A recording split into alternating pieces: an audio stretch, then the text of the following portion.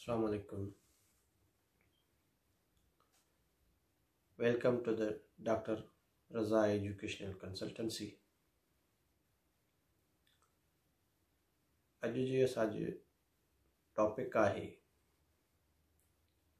PhD। Academia हुजे चाहे industry, उन्हनि जो हिकिड़ो ज़िंदगी जो ड्रीम हूंदो आहे त उहे PhD करनि।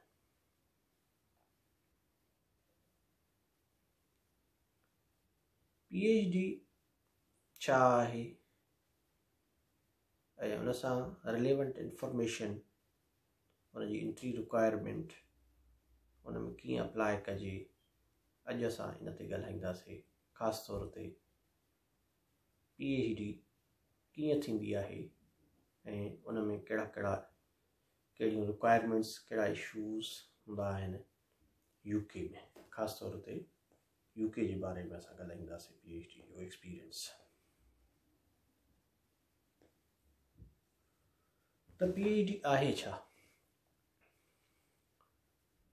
UK में PhD खे डॉक्टर ऑफ फिलॉसफी चयो वेंदो आहे ऐं समटाइम डॉक्टरेट बि चयो वेंदो आहे। इहा हिकिड़ी हाईएस्ट एकेडमिक डिग्री आहे जेको स्टूडेंट या को कैंडिडेट हासिल कंदो आहे।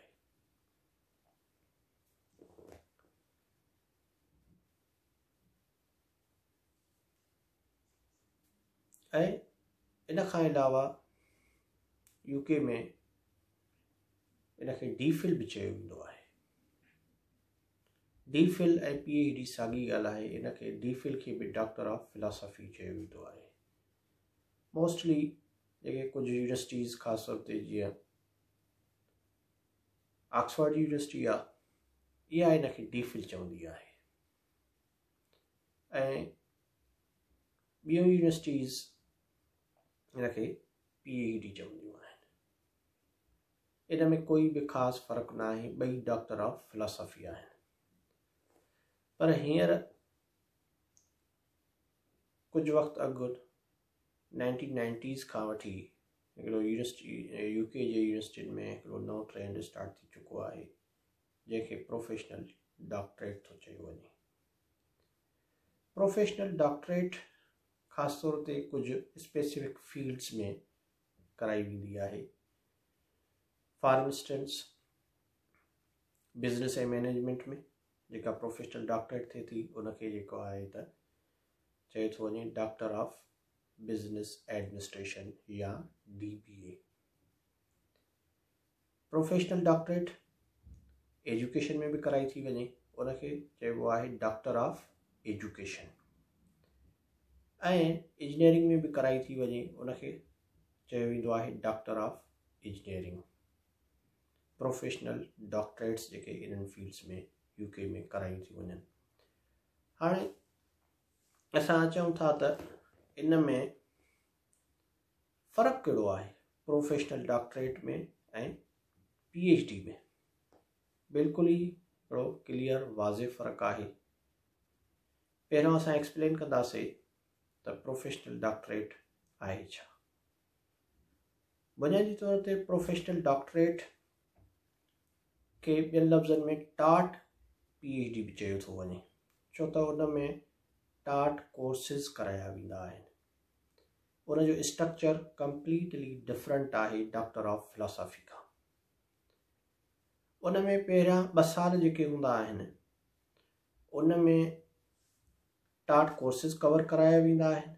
पर्टिकुलरली नंबर 1 जेको आहे त एडवांस कोर्सिस उन फील्ड में कराया वेंदा आहिनि। जेकॾहिं इंजीनियरिंग आहे त उन जा एडवांस कोर्सिस, एजुकेशन आहे त उन जा एडवांस कोर्सिस, जेकॾहिं बिज़नेस एडमिनिस्ट्रेशन ऐं मैनेजमेंट आहे त उन जा एडवांस लेवल जा कोर्सिस उन में कराया वेंदा आहिनि। फर्स्ट ॿियो, उन में जेके प्रोफेशनल जेको आहे डेवलपमेंट्स थींदियूं आहिनि, करंट ऐं कंटेम्पररी इशूज़ जेके हूंदा आहिनि इन फील्ड्स में, ईदर बिज़नेस में, इंजीनियरिंग में या जेको आहे एजुकेशन में, उन सां रिलेवेंट उन्हनि खे नॉलेज, एडवांस नॉलेज जेको आहे त गेन करणी हूंदी आहे। थर्डली, उन्हनि में उन्हनि खे रिसर्च रिलेटेड स्किल्स सेखारी वेंदियूं आहिनि स्टूडेंट खे जेको टाट PhD में ईंदो आहे त how to write research proposal, what is research. हाणे उन्हनि खे हिकिड़ी कंडीशन या सब्जेक्ट कंडीशन इहो हूंदो आहे त उहे जेके कोर्सिस उहे कंदा आहिनि पहिरियों 2 सालनि में उन्हनि खे उन्हनि जी असेसमेंट जी बुनियाद ते पास करणो हूंदो आहे, तॾहिं उहे जेको आहे त नेक्स्ट फेज़ में जेको डिज़र्टेशन जो फेज़ आहे 3rd ईयर उन में उहे वञी सघनि था। 3rd ईयर में जेको हिकिड़ो मेजर डिफरेंस जेको इहो आहे त उहो क्लासनि में उनजा क्लास हलंदा आहिनि बाक़ाइदे सां। पहिरियां 2 साल उहे क्लासनि में सिखंदा आहिनि इहे सभु स्किल्स, उनजी एडवांस लेवल जा कोर्सिस, उनजी जेका आहे कंटेम्पररी जेका आहे त इशूज़ ऐं प्रॉब्लम्स जेके हूंदा आहिनि या रिसर्च रिलेटेड जेका आहे त मटीरियल हूंदो आहे, रिसर्च मेथडोलॉजी हूंदी आहे, रिसर्च प्रपोज़ल हुन में सेखारियो वेंदो आहे उन्हनि खे। उन खां पोइ जेको आहे पास करण खां पोइ उहे जेका प्रोग्रेस कंदा आहिनि थीसिस में। त उनजो 3 साल जेको हूंदो आहे उहो थीसिस जो हूंदो आहे, जंहिंखे डिज़र्टेशन बि चयो वेंदो आहे या थीसिस बि चयो वेंदो आहे। उहा थीसिस उन्हनि जी जेका आहे त PhD जे मुक़ाबले में बि घटि हूंदी आहे एज़ कम्पेयर टू। उन में 50,000 वर्ड्स जी उन्हनि खे थीसिस जेको आहे त लिखणी हूंदी आहे। ऐं हुननि जी जेका आहे नॉवेल्टी या कंट्रीब्यूशन इन बुनियाद ते एवॉर्ड कई वेंदी आहे त जेके कंटेम्पररी इशूज़ आहिनि उन में जेके प्रॉब्लम्स सॉल्व था कनि उन्हनि जी जेको आहे त बुनियाद ते उन्हनि खे PhD न पर प्रोफेशनल डॉक्टरेट जो टाइटल ॾिनो वेंदो आहे, जेको कंपेरेटिवली PhD खां कुझु घटि आहे। और हाणे असां चऊं था त PhD छा आहे। PhD कंप्लीटली हिकिड़ी इंडिपेंडेंट जर्नी आहे। कोई भी स्टूडेंट, कोई भी रिसर्चर अंडर सेल्फ मैनेजमेंट तहत हुनखे हर शइ मैनेज करणी हूंदी आहे। सभ खां पहिरियां त PhD में इन में जेको आहे डॉक्टर ऑफ फिलॉसफी, इन में पहिरियां 3 महीननि जे लाइ हुनखे हिकिड़ो रिसर्च प्रपोज़ल जेको आहे त अप्रूव कराइणो हूंदो आहे रिसर्च कमेटी खां, त जंहिंमें हुन जंहिं टॉपिक ते रिसर्च करे रहियो आहे उहा कमेटी उनखे अप्रूव कंदी आहे। जेकॾहिं उहो अप्रूव थी वञे त इहो पंहिंजो कंटिन्यू करे सघे थो रिसर्च। जीअं ई हुनजो अप्रूव थी वेंदो आहे उन खां पोइ हुनजो नेक्स्ट फेज़ हूंदो आहे before going to start the field work. जेकॾहिं साइंस जो स्टूडेंट आहे या सोशल साइंस जो स्टूडेंट आहे, लैब वर्क आहे या हुन सां रिलेटेड जेके आहे त उनखे हिकिड़ो एथिकल अप्रूवल जेका वठणी पवंदी आहे यूनिवर्सिटी जी हिकिड़ी कमेटी खां, एथिक्स कमेटी खां, त उन जे रिसर्च कंहिं ह्यूमन, कंहिं एनिमल, कंहिं ॿिए खे हार्म त न ॾींदी, त उहा हुनखे हिकिड़ो राइटिंग अप्रूवल वठणी हूंदी आहे before starting the field work या before collecting the data, before going to the field, before starting the lab work। हाणे इन में ॿियो जेको आहे अहम जेका हूंदी आहे त उनखे हिकिड़ी सुपरवाइज़री टीम जेका सुपरवाइज़ कंदी आहे। हिन वटि बिल्कुलु ई क्लासिस न हूंदा आहिनि जीअं नॉर्मली प्रोफेशनल डॉक्टरेट में हूंदो आहे। हिनखे हिकिड़ी सुपरवाइज़री टीम हूंदी आहे, समटाइम 2 हूंदा आहिनि, समटाइम 3 हूंदा आहिनि। जेको हिकिड़ो मेन सुपरवाइज़र हूंदो आहे उहो ई हुनजो लीड कंदो आहे रिसर्च खे, ऐं ॿिया जेके सुपरवाइज़र हूंदा आहिनि उहे हुनजी सपोर्ट जे लाइ हूंदा आहिनि हुन वक़्तु। ऐं उते हिकिड़ो 3 पर्सन जो बि रोल हूंदो आहे research degree tutor. Research degree tutor जो रोल जेको आहे ख़ासि तौर ते इहो हूंदो आहे त एडमिनिस्ट्रेटिव इशूज़ जेके थींदा आहिनि बिटवीन स्टूडेंट ऐं सुपरवाइज़र्स उहे रिज़ॉल्व कंदो आहे, या ॿिया जेके हिकिड़ा एडमिनिस्ट्रेटिव इशूज़ हूंदा आहिनि इहो हमेशह स्टूडेंट जे पार्ट ते हूंदो आहे। हाणे असां चऊं था त जेका उन में ख़ासि तौर ते जेके केयर सपोर्ट कंदा आहिनि रिसर्च जेका डॉक्टर ऑफ फिलॉसफी आहे, PhD जर्नी आहे, छो त PhD जर्नी हिकिड़ी कंप्लीटली डिफरेंट ऐं हिकिड़ी जेका आहे अकेली जर्नी आहे, जंहिंमें स्टूडेंट खे पंहिंजो पाण रिसर्च भी करनी आहे, उनजा प्रॉब्लम सॉल्व करणा आहिनि, उनखे मैनेज करणो आहे, हुनजी सेल्फ मैनेजमेंट स्किल बि ताईं डेवलप थींदियूं आहिनि। सुपरवाइज़र तॾहिं हेल्प कंदो जॾहिं हू सुपरवाइज़र खां हेल्प जी डिमांड कंदो, उते हुनजे लाइ ॿिया बि हेल्प करण लाइ मौजूदु हूंदा आहिनि। मिसाल तौरु जेके सीनियर एकेडमिक्स आहिनि, सीनियर फेलोज़ आहिनि, जॾहिं बि उन्हनि खां हेल्प घुरी वेंदी त उहे हेल्प करण लाइ तयारु हूंदा आहिनि। पर जॾहिं बि कंहिं बि एकेडमिक मामले ते तव्हां उन खां हेल्प डिमांड कंदव त उहे तव्हांखे इहो ईअं हेल्प कंदा त इहो उन्हनि जो हिकिड़ो ओपिनियन आहे। उहे रिकमेंड तव्हांखे काई बि को आर्टिकल, को पेपर, का थ्योरी या न कंदा। उहे जस्ट तव्हांखे पंहिंजो हिकिड़ो ओपिनियन ॾींदा। इहा तव्हांजी स्किल ऐं तव्हांजी एबिलिटी ऐं तव्हांजी रिसर्च आहे, तव्हांजी PhD आहे। तव्हांखे मेंटेन करिणो आहे, तव्हांखे मैनेज करिणो आहे, तव्हांखे अंडरस्टैंड करिणो आहे त विच वन सूट्स यू।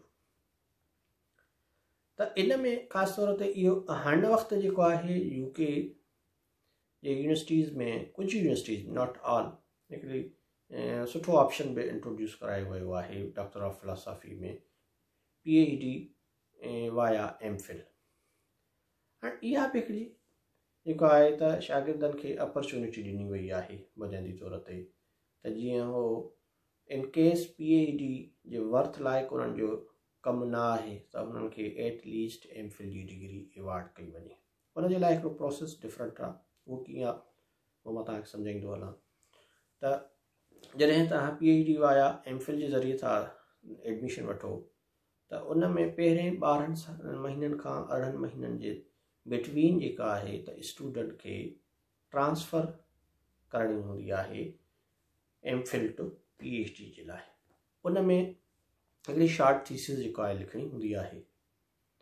उहा अगेन जेका आहे हिकिड़ी कॉमिटी हूंदी आहे जंहिंमें हिकिड़ो रेफरी हूंदो आहे, उन ॾींहुं उहा सेंड कई वेंदी आहे। उनजो हिकिड़ो प्रॉपर एग्ज़ामिनेशन थींदो आहे, उनजी वाई थींदी आहे।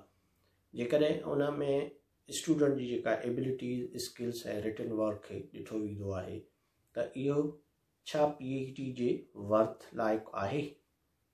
जेकॾहिं उहो PhD जे वर्थ लाइक़ु हूंदो आहे ऐं उहो पाण खे डिफेंड करे थो वञे उन वाई में, त उनखे प्रोसीड कयो वेंदो आहे, प्रोमोट कयो वेंदो आहे PhD में। न त उते जेको आहे उनखे ऑफर कई वेंदी आहे त तव्हांखे MPhil थी ॾिनी वञे। जेकॾहिं अञा बि बिलो द स्टैंडर्ड वर्क हूंदो आहे त माइट बी तव्हांजी PhD टर्मिनेट बि थी सघे थी इन बिटवीन। जेकॾहिं तव्हांखे PhD जे वर्थ लाइक़ु हूंदो आहे त प्रोसीड करे ट्रांसफ़र थी वेंदी आहे ऐं तव्हां हाणे मुकमल PhD जा स्टूडेंट हूंदा आहियो। देन तव्हां PhD पंहिंजी कंप्लीट करे सघो था। उन खां अलावा जेको आहे हिकिड़ो यूनिवर्सिटी फैसिलिटीज़ इहे प्रोवाइड कंदी आहे त कुझु ट्रेनिंग्स, कुझु सेमिनार्स जेका आहे त टाइम टू टाइम उन्हनि में कुझु मैंडेटरी हूंदा आहिनि, कुझु ऑप्शनल हूंदा आहिनि। जेके मैंडेटरी हूंदा आहिनि उहे त एनी हाउ स्टूडेंट खे ट्रेनिंग्स अटेंड करणी हूंदियूं आहिनि। जेके ऑप्शनल आहिनि उहे स्टूडेंट जेको आहे त पंहिंजी विश तहत, पंहिंजी नीड तहत ऐं पंहिंजे स्किल्स खे उनखे इनहांस करणियूं आहिनि त उहे अटेंड करे सघे थो। उनजे लाइ काई रिस्ट्रिक्शन न आहिनि, जेकॾहिं न करे त उनजी मर्ज़ी आहे। पर आई विल रिकमेंडेड उहे जेको आहे त हिकिड़ियूं करणु खपनि त जीअं असांखे नयूं एबिलिटीज़ बि मिलंदियूं ऐं उन सां हिकिड़ो न्यू जेको आहे रिसर्चर्स जेके हूंदा आहिनि, मुख़्तलिफ़ जेको आहे फील्ड्स जा, डिपार्टमेंट्स जा, यूनिवर्सिटी जा, उन्हनि सां बि हिकिड़ो इंटरेक्शन जो मौक़ो मिलंदो आहे त तव्हां उन में जेके रिसर्च ट्रेनिंग्स तव्हां अटेंड कयो था। त उन खां अलावा जेका आहे त PhD जेका आहे, जेका डॉक्टर ऑफ फिलॉसफी आहे, इहा कंप्लीटली हिकिड़ी इंडिपेंडेंट जर्नी आहे। हिन में कोई बि ॿियो क्लास फॉर्मल तरीक़े सां न हलायो वेंदो आहे जीअं प्रोफेशनल डॉक्टरेट में थींदो आहे। ऐं हिन में तव्हांखे सॼो जो सॼो पंहिंजी PhD थीसिस प्रोड्यूस पाण खे करणी हूंदी आहे।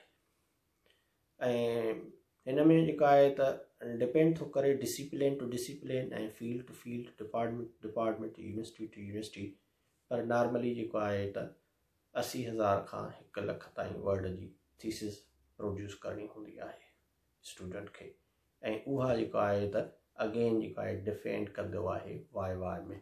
उहा थीसिस जेका आहे त PhD डॉक्टर ऑफ फिलॉसफी में जॾहिं जमो कंदो आहे, सबमिट कंदो आहे त उहा हिकिड़ी मोकिली वेंदी आहे थर्ड पर्सन ॾे इवोल्यूशन जे लाइ। जॾहिं उहो इवोल्यूशन रिपोर्ट मोकिलींदो आहे त इहा वाकई PhD जे क़ाबिल आहे हिन जो वर्क, तॾहिं वाई कंडक्ट थी सघे थी। सम टाइम इन बिटवीन बि हुनजी स्टडी टर्मिनेट थी सघे थी। त इहो हिकिड़ो मेजर डिफरेंस आहे प्रोफेशनल डॉक्टरेट में ऐं डॉक्टर ऑफ फिलोसॉफी में।